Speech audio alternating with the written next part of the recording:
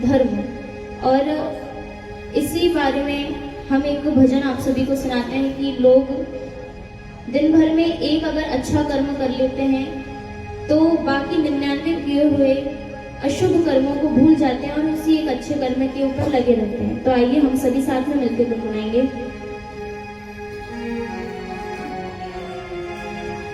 पैसा दान करके चवन्नी को चुराते हो, एक पुण्य